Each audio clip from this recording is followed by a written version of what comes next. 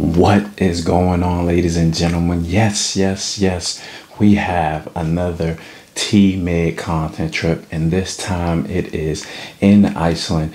I'm telling you, Puerto Rico 2025, it was absolutely crazy. So you don't want to miss this experience. I promise it's going to be some of the most captivating portraits that you can ever take, with all the various landscapes that are in Iceland. You can't even begin to imagine what you can capture. So check that link out in the description. We have payment plans available, and go ahead, get your spot today. Today's video is how I got the shot.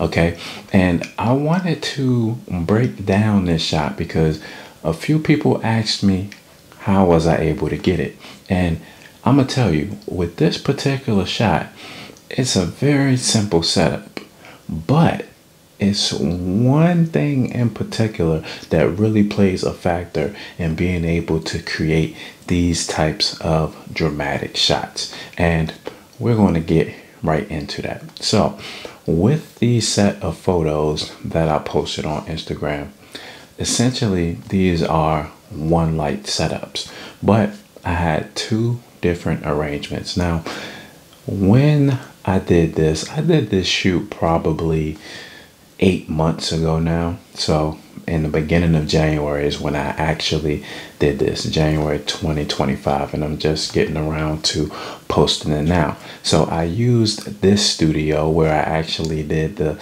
initial photo shoot with the motorcycle, and this is all in the same area. There was a cyc wall on the opposite side, and so I kind of did a few different photo shoots that same day. So let's break down the first setup. Okay, now the first setup was quite simply a modifier that a lot of people use. I've had this modifier since about 2021, and that is an optical Snoot.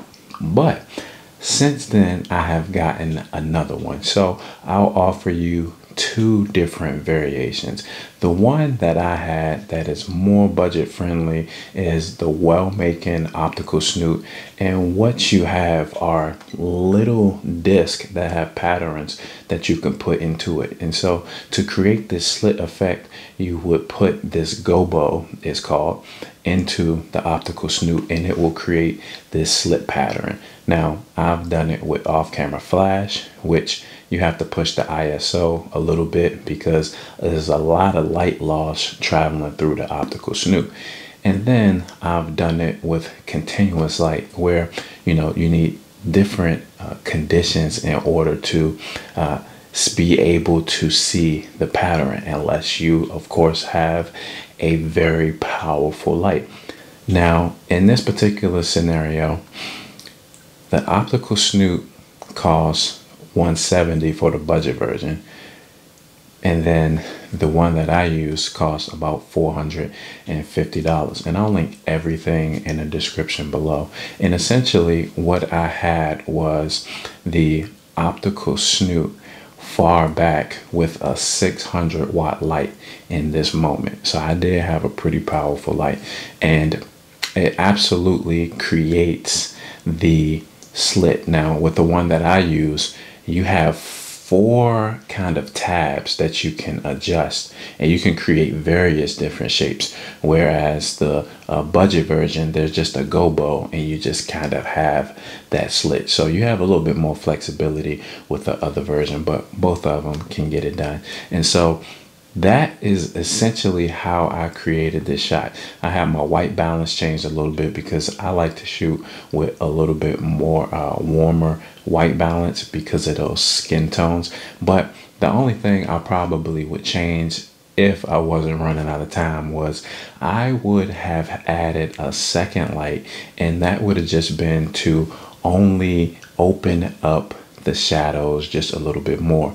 So What does that mean? That means that I don't want the shadows to be as pronounced. So if you look at the shadows in this photo, you can see that it goes from extremely shadow to bright. Now, I would want just a little bit softer transition, and that's what I mean by opening up those shadows, just so that it's not as dramatic, just a little bit less.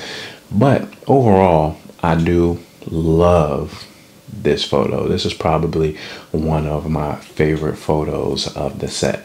Simple one light. You cannot go wrong with the one light setup. Now, the second set of photos, simple setup as well. But the secret to these setups that a lot of people don't know or don't understand that you need in order to be able to achieve this is doesn't even belong to having any piece of equipment. Is equipment agnostic. It is the size of your studio space. Like, to be able to create some of these things, you have to have space to be able to create that depth. You have to be able to pull your model from off of that backdrop, create that depth, and then be able to create a space where the light loss provides such a degradation that it's dramatic in the back and your model just stands out. Okay, so that is absolutely the secret. With the first setup that I told you with the slit, I had to have it at least about 20 feet away from the model. Okay, and give or take, the model at that point was on the actual cyc wall, so it worked out right here.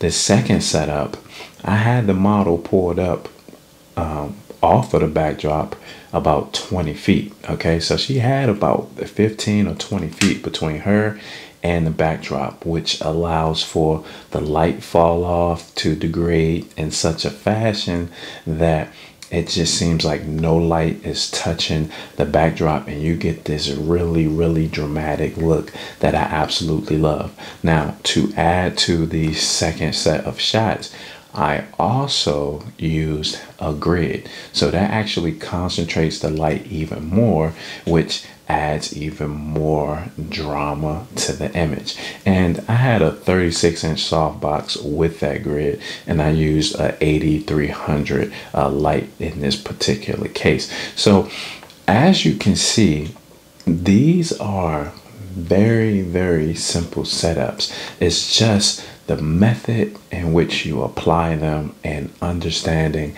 that you need to have depth in order to create some of these things. And that is the problem with some of the home studio spaces, mine included, is that you don't really have the depth to play with in order to pull that model from off the backdrop.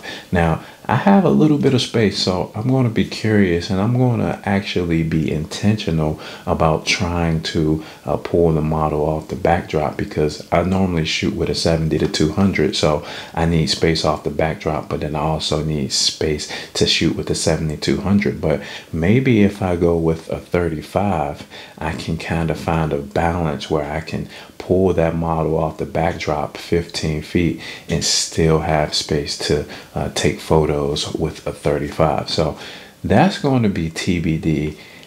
I'm going to try it in the future, but it's not going to be any promises right now. So in terms of those setups, that is actually how I created those images. And I'm telling you, if you don't have one of these modifiers, if you think about being in the studio and you get bored with the lighting setups that you have, you always using soft boxes and things like this, this is a modifier to consider. Okay, like I said, it's $170, but it can add a range of things to your creative outlook of the portraits. And this is not sponsored, by the way.